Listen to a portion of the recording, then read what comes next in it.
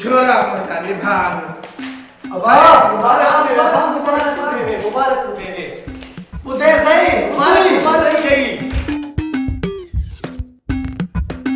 अरे चंदन दे बात मां चंगी गाल इहो कदे थी त नथो सके छाजू मुबारकूं आहिनि हां छाजी मुबारक नियत सजो दे त खाई न है न बूतला कच्चियूं खाईंदव छा है अबा आज मुबारक पैसन जी अथई पैसन जी हाँ अबा पैसा दे त मिठाई वठी चू पो तोखे ॿुधायूं त मुबारक छाजी आ हाँ बा कट 1000 जो नोट से मिठाई वठी अचूं हां पैसा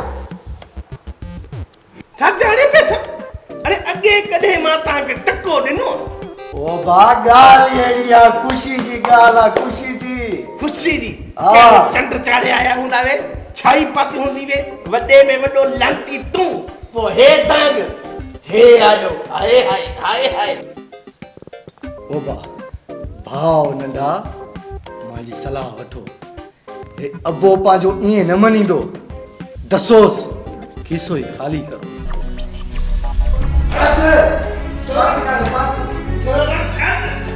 क्या संतून न वटे मांजो वो छोकरा तो आवे छडो निकरो न सकल सकल बाई पयो ओ दी के पयो रुचि रे नसो भैया बा नसो दी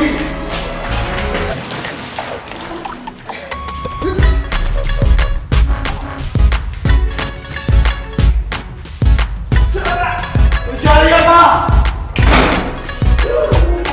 छोरा मां चाही तो नक कैपेसिटी ना साई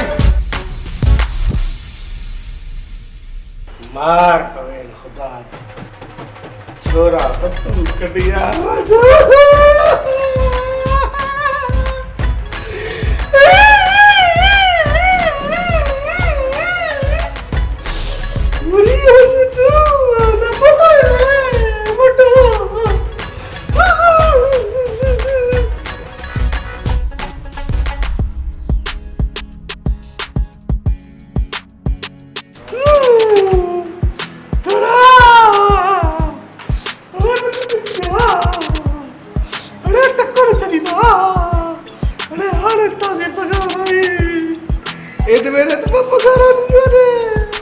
अगला मैंने शादी की चीज़ होनी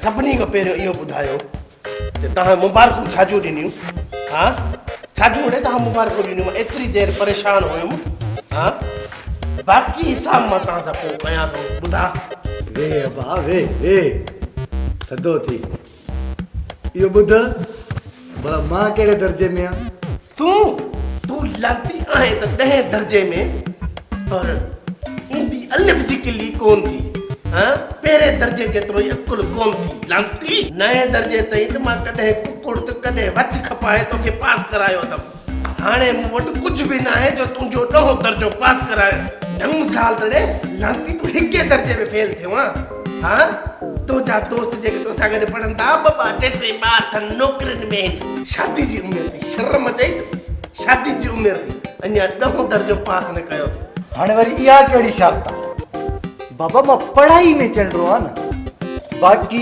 सॼो सामान सेट आहे बाबा मां शादी जे लाइक़ आहियां हाणे तूं छड़ो बस शादी करा पोइ ॾिस त मां केतिरियूं मार्कूं ॿार माण्हू असांखे थुका हणंदा आहिनि पियूं अथवे दुश्मन ठहे तो सदको हे आयो वॾो लख दीदी अब्बा मां कहिड़े दर्जे में आया?